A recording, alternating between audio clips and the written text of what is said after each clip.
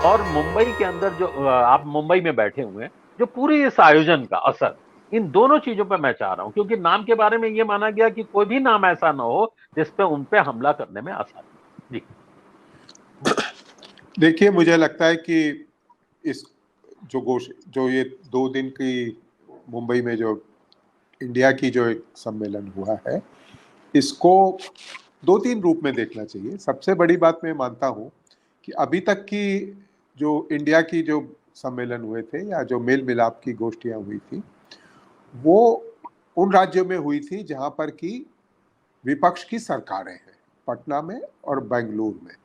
लेकिन पहली बार मुंबई में, जहां पे कि भारतीय जनता पार्टी, एकनाथ शिंदे और अजीत दादा पवार, इन तीनों ने मिलकर महाविकास आघाड़ी को शत विक्षत कर दिया था। ऐसी स्थिति में इस गोष्ठी का सबसे बड़ा, इस सम्मेलन का सबसे बड़ा जो जीवंत और जीवन दान मिला है, वो महाविकास आघाड़ी को मिला है। शरद पवार, जो कि राजनीतिक रूप से बड़े अप्रासंगिक हो रहे थे, जिन पे शक किया जा रहा था, शुबह किया जा रहा था, उन पे फिर से विपक्ष के दलों के नेताओं को विश्वास हुआ। उन्होंने, आज आपने देखा कि प्रेस कॉन्फ्रेंस में सबसे आखिरी संबोधन उन्होंने किया, यानी उनको सबसे ज्यादा सम्मान दिया गया। और इसके साथ साथ इस सम्मेलन में जो है सबसे बड़ी बात जो हुई है, वो सोनिया गांधी की उपस्थिति है। कांग्रेस ने अपनी पूरी की पूरी शक्ति इसमें लगाई। सोनिया गांधी आई, राहुल गांधी आए, मल्लिकार्जुन खड़गे आए, और इस तरीके से कांग्रेस इस सारे के सारे विपक्षी गठबंधन की एंकर पार्टी है।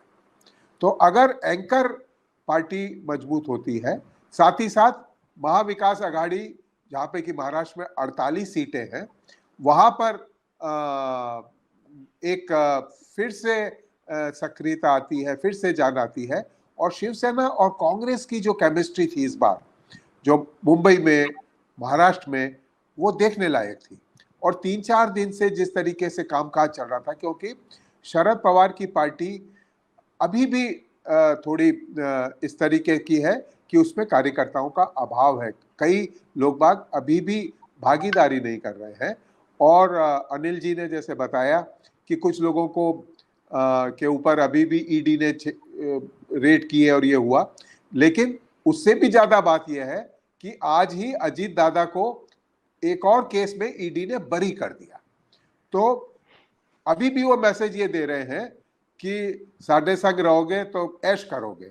तो ऐसी जब हालात है, तो ऐसी स्थिति में विपक्ष के साथ खड़ा होना, अभी जैसे अनिल जी ने कहा कि प्रकाश अंबेडकर है, प्रकाश अंबेडकर और शरद पवार में काफी व्यक्तिगत तनातनी है। शरद पवार के कारण ही वो इस गठबंधन में नहीं आ पा रहे हैं।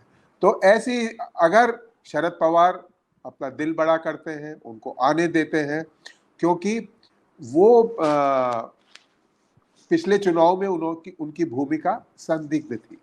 तो ऐसी स्थिति में गठबंधन के जो नए पार्टनर्स आएंगे, जो नए सहयोगी आएंगे, वो मुझे लगता है कि उनमें काफी में कुछ दाग होंगे, कमियां होंगी। क्योंकि ये जो मुंबई जो सम्मेलन हुआ है, मुंबई में जो इंडिया का वो हुआ है, उसमें ममता बनर्जी थी। देखिए, ममता बनर्जी ने राजनीतिक रूप से यहाँ का जो सबसे बड़ा सेलिब्रिटी परिवार है, अमिताभ बच्चन, उसको संदेश दिया, उसके घर पे गई, उद्धव ठाकरे को राखी बांधी, केजरीवाल को भी राखी बांधी है, मालूम नहीं मुझे, या कुछ ऐसा कोई कह रहा था कि बांधी थी। लेकिन उन्होंने एक ऑप्टिक्स, एक फोटो फ्रेमवर्क ऐसे बनाया जिसमें कि वो लोग जो कि राजनीतिक रूप से काफी प्रभावी हो सकते हैं, जैसे जया बच्चन है, अमिताभ बच्चन है, और शायद मुझे लगता है कि बहुत सारे नेता जो आए थे वो गुपचुप रूप से उद्योगपतियों से भी मिले होंगे, क्योंकि मुंबई कॉरपोरेट का एक बड़ा जगह है। वहाँ कौन किससे मिला, कहीं नहीं मिला, क्योंकि ये थोड़ी, मुझे ऐसा लगता है कि गुप्त हुई। और तीसरी बात मुझे ऐसे लगती है कि इस सब में लालू जैसे नेताओं का, जो कि एक तरीके से बियाबान में चले गए थे, बीमार हो गए थे, उनका जो भाषण था, आज जो उन्होंने प्रेस कॉन्फ्रेंस में जो सबसे ज्यादा भाषण दिया, जो सबसे ज्यादा भी सराहा गया, क्योंकि जो अगर मान लीजिए विविधता की बात करें तो स्टालिन तमिल में बोल रहे हैं, हर एक येचुरी अंग्रेजी में बोले, तो भारत, असली भारत दिखाई देता है, विविधता दिखाई देती है, ये भी एक संदेश था।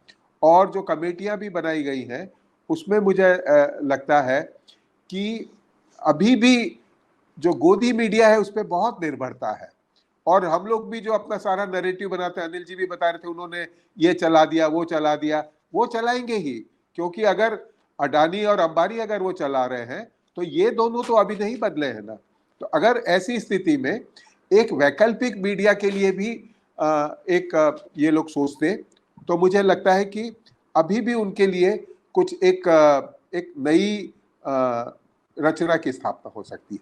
लेकिन मैं अपनी बातचीत जो है एक छोटी सी 4 पंक्तियों से समाप्त करूंगा, जिसमें कि एक कवि ने जो लिखा है कि ये वनस्पतियां जलेंगी नहीं, न ये कृति अनुरोरा होगी, अब की बार पकड़ ले हवा और बादल और वक्त, और चौथा इस बार का भविष्य सब हमारे पक्ष में है। तो अब के लग रहा है कि इंडिया के लिए चीजें उनके पक्ष में होती जा रही है, और क्योंकि जिस तरीके की केमिस्ट्री बनी है विपक्षी नेताओं में, कोई तनाव नहीं था, एक सहजता थी, और इसमें इस सहजता को लाने में मुझे लगता है कि सबसे बड़ी भूमिका जो थी वो सोनिया गांधी की थी। सोनिया गांधी ने 10 साल तक राज किया है, और वो जानती हैं कि विपक्ष के नेताओं को एक साथ लाना, क्योंकि अभी भी कॉर्पोरेट ये सोच रहा है कि उनको वन विंडो चाहिए जिससे कि सौदा हो सके, खरीदारी क्योंकि हो सके। और यहाँ पे मुझे नहीं लगता कि मुंबई में कोई बाइडन ये G20 का या इसका कोई नाटक का वो होता है। ये उद्धव ठाकरे का फिर से अभ्युदय हो गया है, और कांग्रेस और उद्धव ठाकरे इस महाविकास आघाड़ी को पुनर्जीवित करने में भी इस सम्मेलन के सहारे सफल हुए। जी जी हाँ। और राजन, मैं आपके पास आऊंगा। 2 लोग तो ऐसे थे